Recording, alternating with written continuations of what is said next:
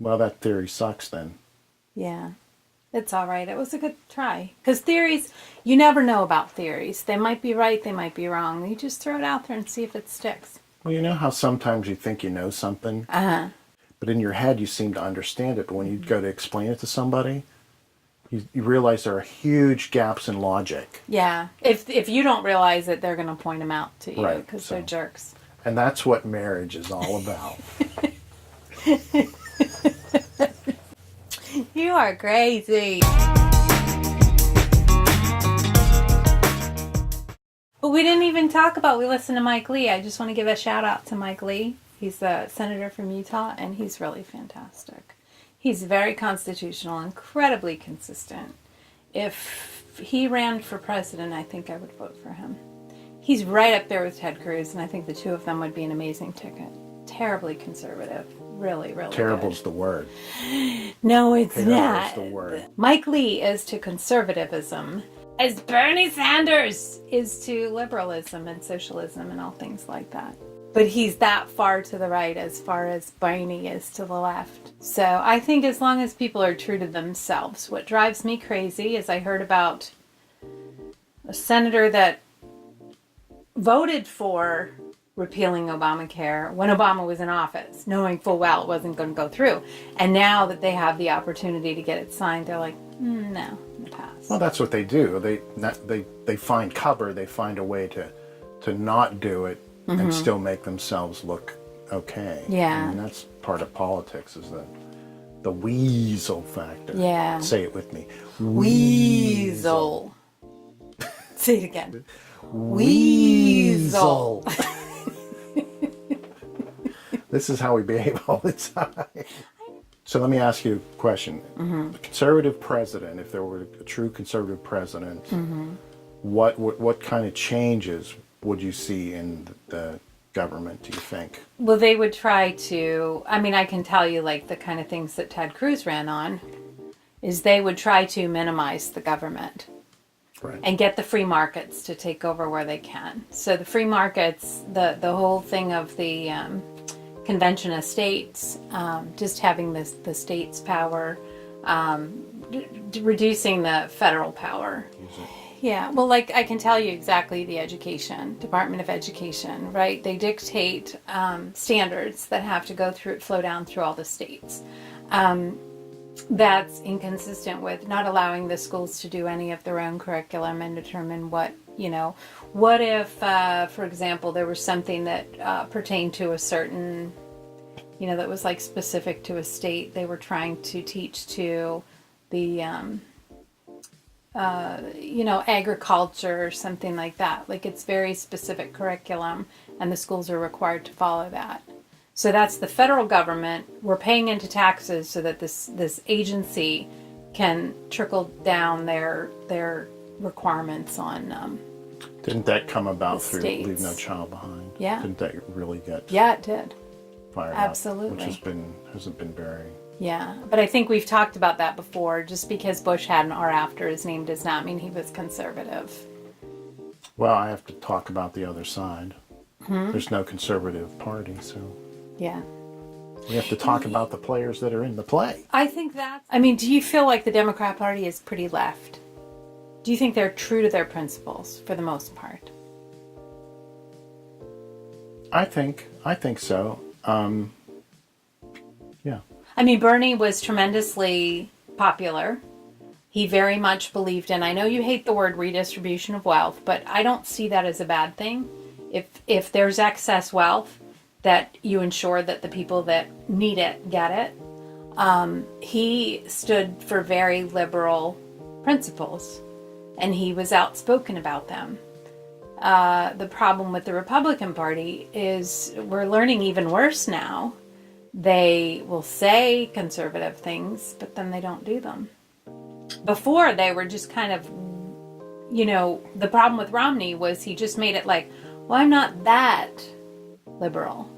I'm not incredibly liberal. He tried making it like he was in the middle of the road. And nobody wants that. Nobody wants wishy-washy. Everybody has principles, but the Republicans always try skating this middle line, and nobody wants that. See, it's funny because I would say the same thing about Democrats. Oh, you would? Yeah. I don't think that they're monolithic at all, and so there's a lot of variance on what's what. But don't they say what they mean at least? Don't they say what they mean? Yeah, but I think that your side does that too. Do you? There are certain people that say what they mean. Yeah. Now, Mike Lee, he was very well spoken, and he talked about why he couldn't vote for the repeal, Right. and replace legislation before Congress. Mm-hmm. And I think that there needs to be more people that actually speak and say something. Yeah. But like a lot of politicians, they don't really say anything. Talk out both sides of their mouth. Right. Right. Yeah, that's why I like him. He has a lot of integrity. I feel the same way about Ted Cruz. I started getting some kind of inklings of maybe he was playing politics, but I think for the most part he's a good guy. And Bill Posey, which I always talk about every time the opportunity comes up. I love Ann and Bill Posey. sitting in a tree. I love Bill. He's he responds consistently to emails when I say, I remember there was one thing that I just said, dude, what were you thinking? It was about the they were voting to keep oh man, I can't think of his name, Boehner in as majority leader, was it? And I thought that was such a huge mistake. And he explained, that he made a calculated decision based on what were the chances of keeping him and keeping the conservative movement moving forward. And he really felt in his heart that was the best course of action. So he had reason behind it. It wasn't just like, I don't know, like,